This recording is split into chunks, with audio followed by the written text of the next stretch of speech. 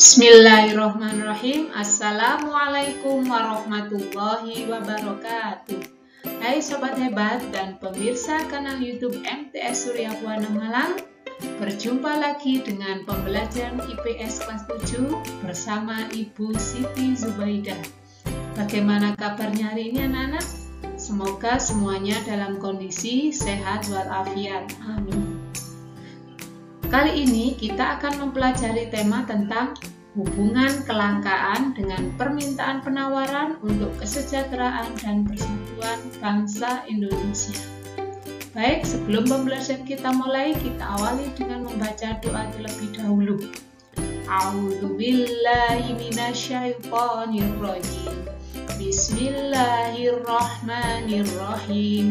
Raditu billahi rabbah wabil islami dina bi Muhammadin nabiyya wa rasulah rabbi zidni ilma warzuqni fahma waj'alni min ibadika sholihin. Pada pembelajaran kali ini, tujuan pembelajaran yang kita pelajari adalah menjelaskan faktor penyebab kelangkaan, kaitan pasar dengan kegiatan distribusi, menjelaskan tentang peran pasar dalam pemenuhan kebutuhan antar barang. Mari kita pelajari dengan baik untuk tujuan pembelajaran kali ini. Sebelum kita mempelajari materi lebih lanjut, mari kita lihat ayat Al-Quran tentang proses perniagaan yang benar. Dalam Al-Quran Surat An-Nisa ayat 29 yang berbunyi A'udzubillahi minasyaitonirrajim. Bismillahirrahmanirrahim. Ya ayyuhalladzina amanu la ta'kulu amwalakum bainakum bil batili illa an takuna tijaratan an taradin minkum wala taqtulu anfusakum innallaha kana bikum rahimah, yang artinya, wahai orang-orang yang beriman, janganlah kamu saling memakan harta sesamamu dengan jalan yang batil atau tidak benar, kecuali dalam perdagangan yang berlaku atas dasar suka sama suka di antara kamu. Dan janganlah kamu membunuh dirimu, sungguh Allah Maha Penyayang kepadamu. Di sini saya kaitkan antara permintaan, penawaran, dan pasar dalam kegiatan ini. Kenapa? Diharapkan dalam proses kegiatan jual beli yang dilakukan di pasar, itu dilakukan dengan cara yang jujur. Jangan sampai melakukan kegiatan dengan cara yang boleh. Misalkan penjual menipu pembeli, atau membuat takaran yang tidak benar, atau hal-hal yang lain yang tidak dibenarkan oleh Allah. Karena Allah sangat sayang kepada kita, untuk itu lakukanlah sesuai dengan syariat Islam yang benar. Begitu insya Allah penjelasannya. Yang akan kita pelajari pertama kali adalah adanya faktor penyebab terjadinya kelangkaan. Di sini ada garam. Kelangkaan garam membuat pedagang menaikkan harga garam kemasan hingga 2 kali lipat jika ada yang suplai garam datang, sehingga menimbulkan kelangkaan.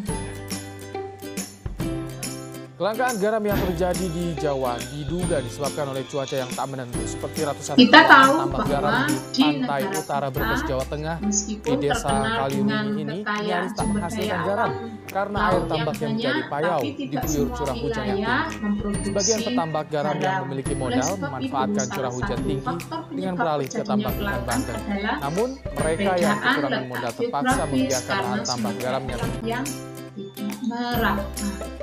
Yang kedua adanya pertumbuhan penduduk lebih besar dari pertumbuhan barang produksi. Kita tahu bahwa penduduk negara Indonesia itu sangat cepat pertumbuhannya, sehingga kalau tidak seimbang dengan adanya pertumbuhan barang produksi, maka akan terjadi kelangkaan. Yang ketiga adalah adanya kemampuan produksi. Karena keterbatasan produksi ini bisa disebabkan karena beberapa hal, misalkan adanya sumber daya manusia yang mungkin masih terbatas kemampuannya, atau beberapa wilayah yang sedikit dalam memproduksi sumber daya alam tersebut sehingga terjadi proses kelangkaan. Yang ketiga adalah perkembangan teknologi yang tidak sama. Ini sangat jelas sekali ya, karena negara kita terkenal dengan julukan negara yang berkembang. Kelangkaan garam membuat pedagang menaikkan harga garam kemasan hingga 2 kali lipat jika ada yang suplai garam datang. Di tetangga kita, misalkan negara notabene yang sesama kelangkaan garam yang terjadi di Jawa juga disebabkan oleh cuaca yang sangat seperti ratusan hektar lahan tambak garam di pantai utara Brebes, Jawa Tengah di desa Kaliulingi ini nyaris tak menghasilkan garam karena air tambak yang menjadi payau diguyur curah hujan yang tinggi. Sebagian petambak garam yang memiliki modal memanfaatkan curah hujan tinggi dengan beralih ke tambak ikan bandeng. Namun mereka yang kekurangan modal terpaksa membiarkan lahan tambak garamnya adalah peranan keterkaitan antara pasar dan distribusi. Kita tahu bahwa pasar merupakan tempat kegiatan adanya jual beli, sedangkan kaitannya distribusi adalah sebagai penyalur barang. Oleh sebab itu apa? Kita lihat peranan yang pertama, yaitu mempermudah konsumen untuk memperoleh barang-barang konsumsi.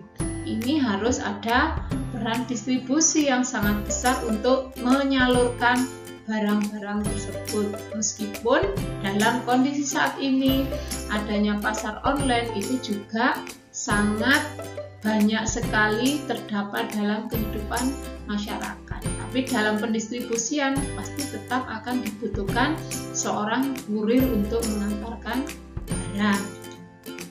Yang kedua adalah membentuk terciptanya harga barang yang stabil.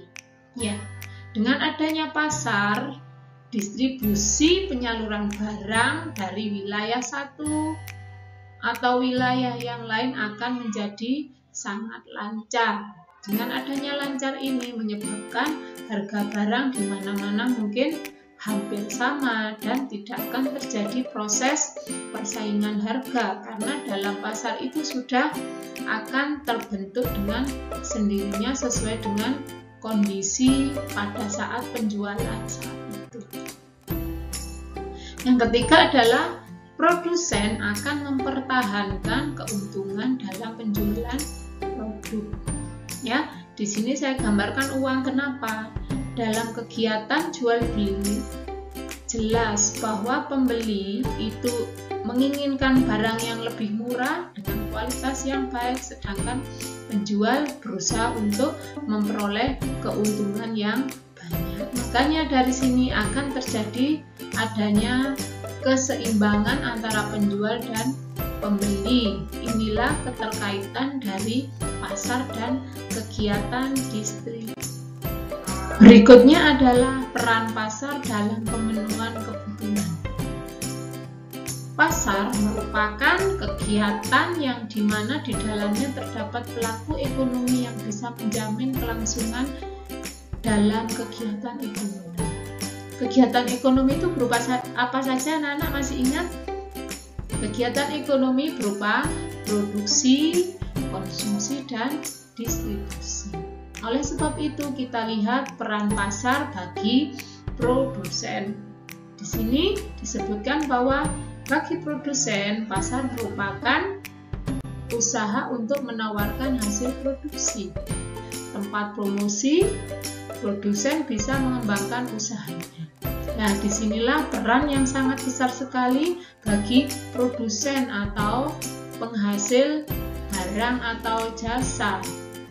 Tanpa adanya pasar, produsen tidak bisa menawarkan barang yang dihasilkan.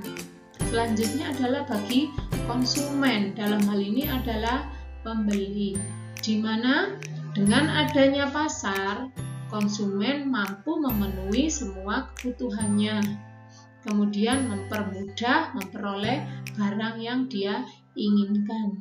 Tapi harus diperhatikan karena pasar ini sebagai tempat yang mungkin dalam agama kita, tempat yang tidak disukai oleh Allah, karena di sana terdapat adanya kegiatan jual beli yang mungkin dilakukan dengan cara yang tidak jujur, adanya pengurangan timbangan ya. Begitu juga bagi konsumen, harus diperhatikan prioritas mana kebutuhan yang harus kita beli supaya kita tidak sampai membeli barang-barang yang tidak kita butuhkan. Sedangkan bagi pembangunan suatu wilayah, dengan adanya pasar, maka penyediaan barang dan jasa yang bermanfaat akan bisa dilakukan di situ. Kemudian mendorong pembangunan daerah, lalu menambah pendapatan daerah.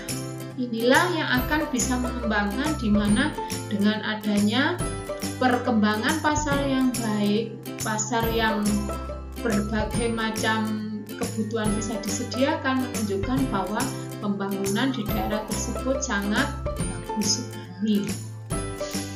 Untuk selanjutnya adalah bagi sumber daya manusia. Di sini sangat penting sekali pasar sebagai tempat untuk menyerap tenaga kerja. Kemudian bisa mengurangi pengangguran. Jelas sekali di sini adanya kegiatan yang sangat banyak dilakukan di pasar sehingga sumber daya manusia akan bisa diberdayakan dengan baik. Begitu anak-anak? Silakan dipahami. Setelah ini coba diperhatikan tugas yang ada di dalam Google Classroom kalian. Anak-anakku yang hebat dan pemirsa kanal YouTube MTS Surya Buana Malang, sebagai kesimpulan materi hari ini, kita bisa simpulkan bahwa adanya pasar mampu menyalurkan kegiatan distribusi barang, juga mampu memperlancar adanya proses jual beli yang dilakukan antara penjual dan pembeli. Selain itu juga bisa mengatasi adanya kelangkaan dalam memenuhi kebutuhan, sehingga dengan adanya hubungan ini bisa membentuk suatu persatuan dan kesatuan dalam bangsa Indonesia. Terima kasih telah menyaksikan sampai selesai. Semoga bermanfaat dan mohon maaf apabila ada kesalahan dalam penyampaian materi ataupun pengucapan. Mari kita akhiri pembelajaran ini dengan membaca doa akhir majelis. Bismillahirrahmanirrahim. Subhanakallahumma wa bihamdika asyhadu an la ilaha illa anta astaghfiruka wa atubu ilaik. Sampai jumpa lagi. Wassalamualaikum warahmatullahi wabarakatuh.